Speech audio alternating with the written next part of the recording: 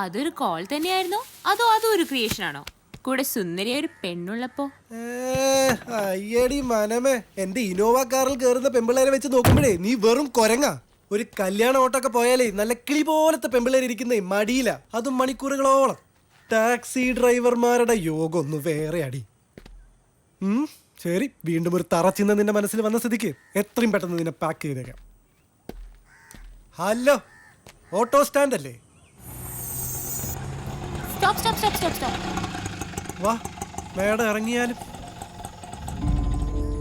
എന്നെ പെണ്ണ് കാണാൻ വന്നവരാ, ഒരു അമേരിക്കൻ ടീം. എനിക്കിഷ്ടമല്ല, അതുകൊണ്ട് ലേറ്റ് ആയിട്ട് വന്നാ മതിയെന്ന് ഞാൻ പറഞ്ഞത്. അവരൊക്കെ പോകുന്നതേ ഉള്ളൂ. നീയും കൂടെ ഒന്ന് വരണേ. അച്ഛനോട് വണ്ടി ബ്രേക്ക് ഡൗൺ ആയ കാര്യം ഒന്ന് പറയണം, ഇല്ലെങ്കിൽ അച്ഛനെ കൊല്ലും.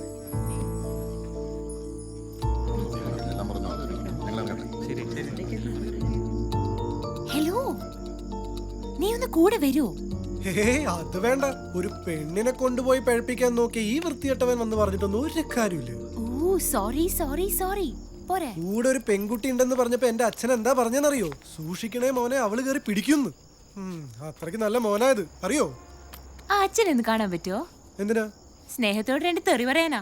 പെൺകുട്ടിയെ കുറിച്ച് ആൾ ഇങ്ങനെയാണോ തിരിച്ചു വെച്ചിരിക്കുന്നത്?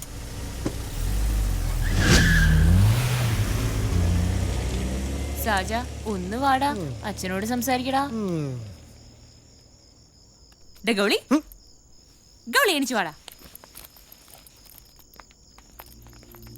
എന്താടി നീ ലേറ്റ് ആയെന്ന് ചോദിക്കാനല്ല പോകുന്നത്, ഇനി ഈ വീട്ടിൽ നിന്ന് പുറത്തിറങ്ങാൻ പാടില്ലെന്ന് പറയാനാ പോകുന്നത്. അച്ഛ, എന്നെ തല്ലിക്കോ, ഞാൻ കൊണ്ടോളാം. ഇപ്പോഴല്ല, പിന്നീട്. ഇതെന്റെ കൂടെ പഠിച്ചതാ സാജൻ. ഇവന്റെ മുന്നേ വെച്ച് ചീത്ത വിളിക്കാതിരുന്നാ മതി. ക്ലാസ്മേറ്റ് ആണെന്ന് അറിയാതെയാണ് പാർവതി എന്റെ വണ്ടി വിളിച്ചത്. അതുകൊണ്ടാണ് വണ്ടി ബ്രേക്ക് ഡൗൺ ആയത്. അല്ല, അത് പല്ലെങ്കിലാവും. പിന്നീട് കുറെ ചിന്തിച്ചാണ് ഞങ്ങൾ ഒരു ഓട്ടോ വിളിച്ചത്. അയാൾക്കാണെങ്കിൽ ഭൂലോക ജാട. സഹിച്ച് ഞങ്ങൾ ഇതുവരെ എത്തി. പിന്നെ കല്യാണത്തിന് മുമ്പേ പെണ്ണ് കാണാൻ വന്നവർ പോയിട്ടേ എത്താവൂ എന്ന് പാർവതി പെണ്ണ് കാണാൻ വന്നവർ പോകുന്നതിന് മുൻപേ എത്തണമെന്ന് പാർവതി പറഞ്ഞതായി ഞാൻ ഓർക്കുന്നു. പാറുമോള് പറഞ്ഞൊക്കെ പറഞ്ഞു കഴിഞ്ഞെങ്കിലേ മോനിനി പൊയ്ക്കോ. വലിയ ഉപകാരം. Thank you. എന്നെ കൊണ്ട് ഇത്രയൊക്കെ പറ്റുള്ളൂ. അപ്പൊ എല്ലാവർക്കും ഗുഡ് നൈറ്റ്. Good night. നിക്ക് നിന്നെ അകത്തോട്ട് വിടണോ വേണ്ടോന്ന് ഞങ്ങളൊന്ന് ആലോചിക്കട്ടെ. ഇത് നിങ്ങൾ രണ്ടുപേരും കൂടെ എടുത്ത തീരുമാനമാണോ? അതെ. എങ്കിലൊരു ചെറിയ മാറ്റം വരുത്താനുണ്ട്. ഇപ്പൊ ടൈം 8:30, എന്റെ ഡിന്നർ ടൈമാണ്. നമുക്ക് ഒന്നിച്ചിരുന്ന് ആഹാരം കഴിച്ച് ആലോചിച്ചിട്ട് തീരുമാനിക്കാം. വന്നോളൂ. വരൂന്നേ, ചെല്ലൂന്നേ. ഒറ്റ വിത്തായി പോയില്ലേ?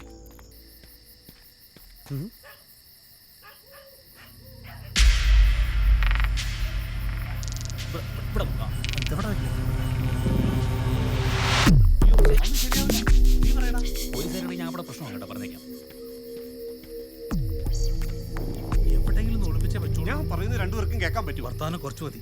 ആദ്യം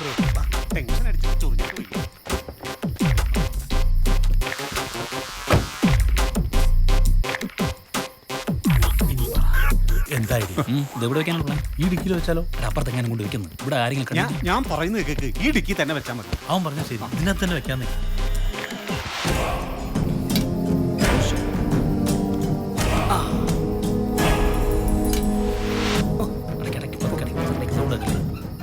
അടയാളം വല്ലതും വെക്കണോ? നീ ഇവിടെ കുത്തിയിരുന്നോ? ഭഗവതി, എടാ മണിയുടെ ഫോട്ടോ എടുത്തു.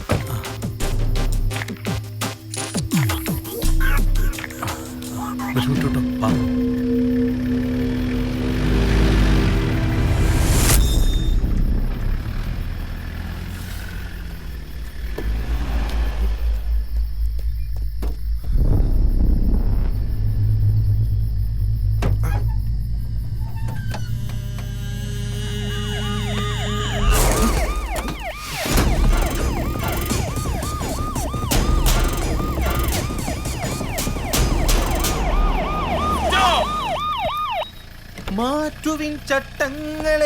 മാറ്റുവിൻ ചട്ടങ്ങളെ. അതെ, ഈ ചട്ടങ്ങളൊക്കെ എങ്ങനെ മാറ്റിയാലേ ഞങ്ങള് പോലീസുകാർ പിന്നെ എന്ത് ചെയ്യാനാ? അമ്പലത്തിൽ പോയി പൂജ ചെയ്യാനാ. അങ്ങോട്ട് പോയി നോക്ക്, അവിടെ പോയി നോക്ക്. പള്ളിക്കൂടത്തിലെ പിള്ളേരെ പഠിപ്പിക്കുന്നവർ പഠിപ്പിക്കുന്നത്. ഇയാൾക്ക് പറഞ്ഞാൽ മൊത്തം തകരപ്പാട്ടയാ. പോയി നോക്ക്, അവിടെ നോക്ക്.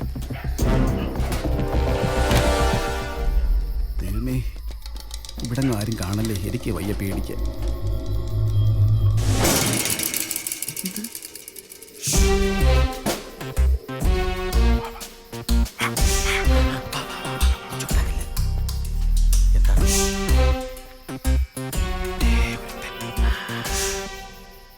എന്താ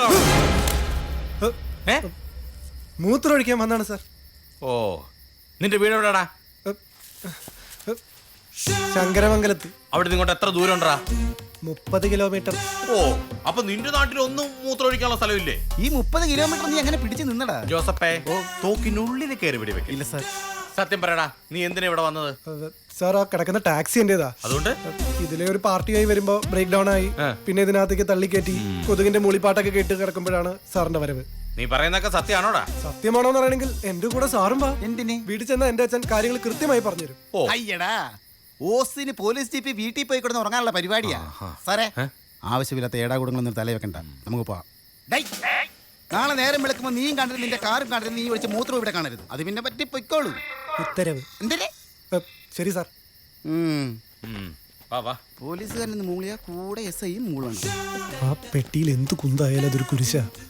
അത് പോലീസുകാർ എടുത്തോണ്ട് പോകുന്ന നല്ലത്, അല്ലെങ്കിൽ ഞാൻ കുടുങ്ങും. സാർ, എന്താടാ? എല്ലായിടത്തും പരിശോധിച്ച സ്ഥിതിക്ക് ഈ കാറിന്റെ ഡിക്കി കൂടെ ഒന്ന് പരിശോധിച്ചൂടെ? ആ പറഞ്ഞത് ന്യായം. ഒന്ന് നോക്കിയാലോ? അയ്യോ വേണ്ടേ. എന്നിട്ട് വേണം അതിനകത്ത് ഒന്നും ഇല്ലാന്ന് അറിയുമ്പോ എല്ലാവർക്കും കൂടെ ഒന്ന് അങ്ങ് ചിരിക്കാൻ. എനിക്കിനി ചമ്മാൻ വയ്യേ. ചമ്മ ഞങ്ങൾക്കും വയ്യേ. ഇതിനകത്തൊന്നും ഒരു തേങ്ങ ഇല്ല. ഇനി അഥവാ ഉണ്ടെങ്കിൽ തന്നെ ഡേ നീ അത് എടുത്തോ. പയ്യൻ രക്ഷപ്പെടട്ടോ. മണ്ടച്ചാരേ മുട്ടത്തലയിൽ മറ്റെടുത്തോ. മണ്ടച്ചാരേ മുട്ടത്തലയിൽ കണ്ട.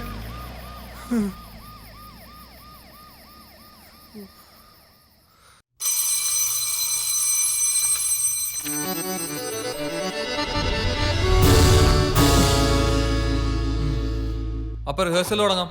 ചന്തു, പുതിയ 2 ഡയലോഗ് ഉണ്ട്, നോട്ട് ചെയ്തോ? ഓക്കെ, ആ പറഞ്ഞ മാഷ. നിധി നിധി നിധി, നിധി എന്ന് വിധി, വിധി എന്ന് നിധി, ആ വിധി ഈ വിധി ദുർവിധി. ഇതെന്താ മാഷ്, ഇതൊന്നും ആർക്കും മനസ്സിലാവില്ലല്ലോ. എല്ലാവർക്കും മനസ്സിലാവണമെന്നുള്ള നിർബന്ധമൊന്നും വേണ്ട. ഈ മനസ്സിലാക്കാൻ കഴിയാത്തതിനാണ് സ്റ്റാൻഡേർഡ് എന്ന് പറയുന്നത്. നമ്മൾ പോലും ചിന്തിച്ചുണ്ടാക്കാത്ത കാര്യങ്ങൾ മറ്റുള്ളവർ ചിന്തിച്ചുണ്ടാക്കി നമ്മളെ പുകഴ്ത്തും. ഈ മാഷ് ഒരു സംഭവം തന്നെ. Thank you. അപ്പൊ നമുക്ക് തുടങ്ങാം. ദൈവം തന്ന നിധി, പ്രപഞ്ചം തന്ന നിധി, സ്വപ്നം തന്ന നിധി. ആ നിധി അതെവിടെ? കൊണ്ടുവരൂ. കൊണ്ടുവന്നു കൊണ്ടുവന്നു കൊണ്ടുവന്നു. ഇത് തുറക്കാൻ വീണ്ടും ഒച്ച വെച്ച് ബുദ്ധിമുട്ടണോ? വേണ്ട വേണ്ട വേണ്ട. അയ്യോ,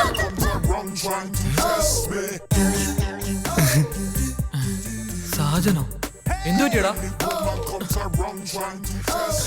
നിങ്ങൾ പേടിക്കണ്ട, ഇതെന്റെ ഫ്രണ്ടാ സാജൻ. ഹലോ. ഇവൻ ആളൊരു ഗൗളിയാ, ഏത് മുടുക്കിലും കേറിയിരിക്കും. എന്നാലും ഇതിനകത്ത് ഇവൻ എങ്ങനെ കയറിയെന്ന് ഇവന്റെ അടുത്തുനിന്ന് രഹസ്യമായിട്ട് ചോദിച്ചിട്ട് പറയാം. നിങ്ങൾ പ്രാക്ടീസ് ചെയ്തോ, വാടാ.